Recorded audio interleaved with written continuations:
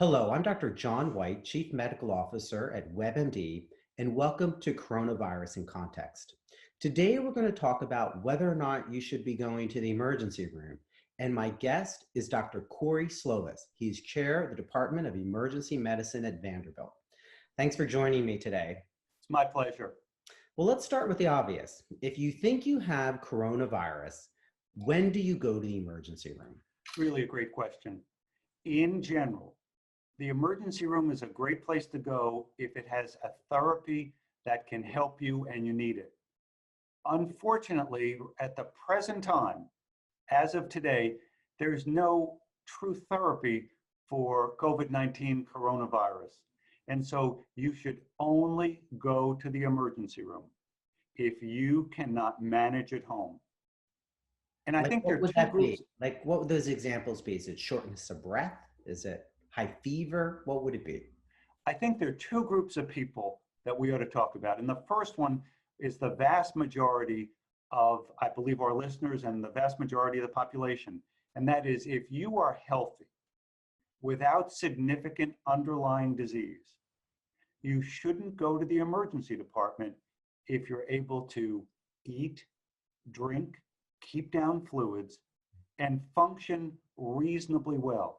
If you have a fever, if you're feeling sick, but you're able to tolerate those symptoms, there's no advantage to going to the emergency room.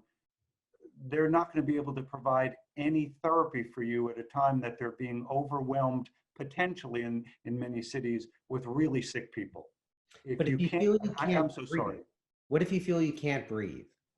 So the symptoms that would say, I need to go to the emergency department: the inability to think or act normally, the inability to breathe normally, the inability to catch your breath, chest pain like you've never had before, or if you have nausea, vomiting, or diarrhea, and you're not able to keep up with fluids and you're getting weaker and weaker.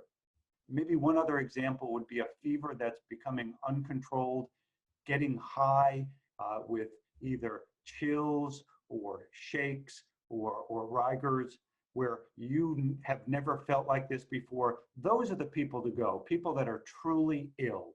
Is there a fever temperature that is different or that you have in mind? It might be different for seniors who may not be able to mount as high of a temperature, Yeah, but so kids or adults.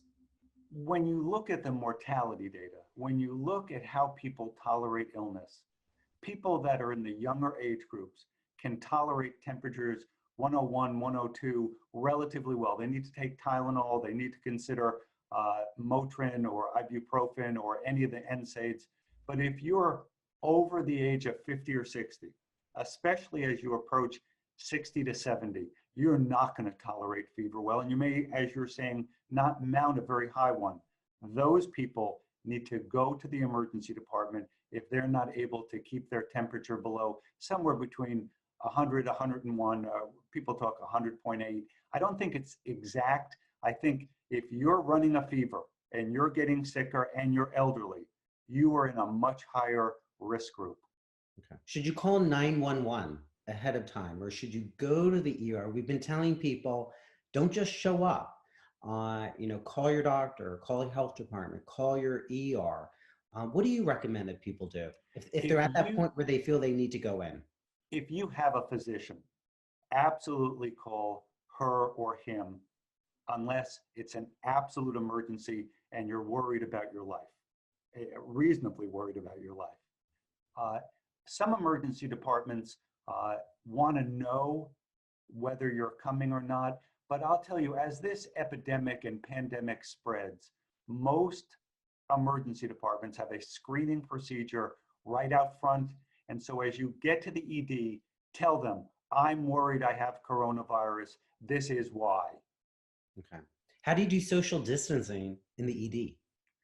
Well, we try our best, but what most of us are doing are keeping a mask on because we're in such a high-risk area.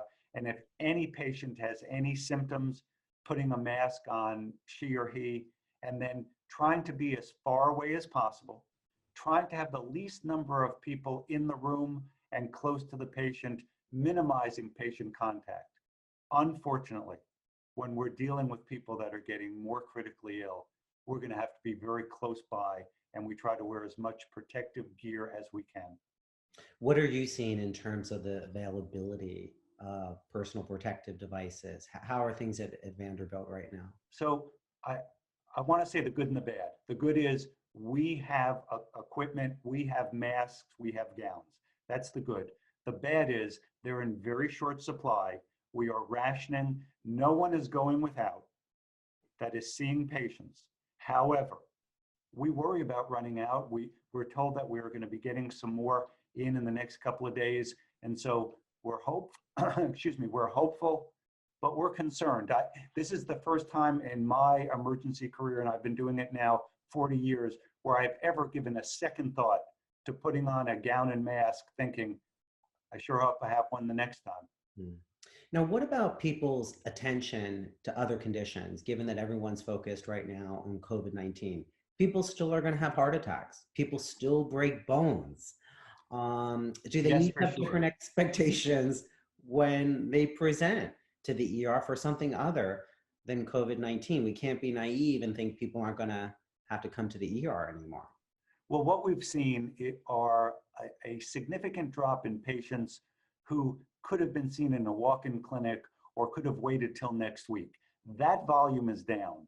If you have something seriously wrong with you, come to the ED, but only come if you need us. Don't come because you haven't seen your doctor recently and you just wanted to see how you were doing. But if you're having a heart attack, a stroke, if you have pneumonia, if you're seriously ill, our emergency departments are open, and in general, in most cities, are open and ready to see you very quickly. But their expectations might need to differ right now in terms of. Be prepared for less people to rush to you. Be prepared to have a mask put on at either the least provocation or in some hospitals immediately upon arrival. Be aware that people are very cautious, and that touch that you might be used to, and seeing the nurse close by, having the doctor come in and sit down and spend time with you, those times are gone for the time being. And what's been your experience the last couple of days in your emergency department? What have you been seeing? I've seen a couple of things. One is a sense of pride and teamwork among all of our members, the doctors, the nurses, the staff, respiratory, all of us knowing we're in a battle and we're in together. I see a little bit of fear. I see rumors try to spread that we need to make sure everyone's aware of what's really going on. And I see patients, some of whom are coming because they need help, and some of whom are coming expecting to be tested when they're asymptomatic and becoming angry when they're not tested. What do you tell them? We tell them the truth, that at the current time, asymptomatic patients do not need to be tested, that we have limited number of tests, that there are many days wait because so many people that urgently need to be tested are awaiting their results, and we are not testing asymptomatic patients, and apologize. Well, this is very helpful information, Dr. Slovis. I want to thank you for taking the time to educate our listeners, and I want to thank our viewers for watching Coronavirus in Context. I'm Dr. John Whyte. Thank you, sir, very much. Thank you.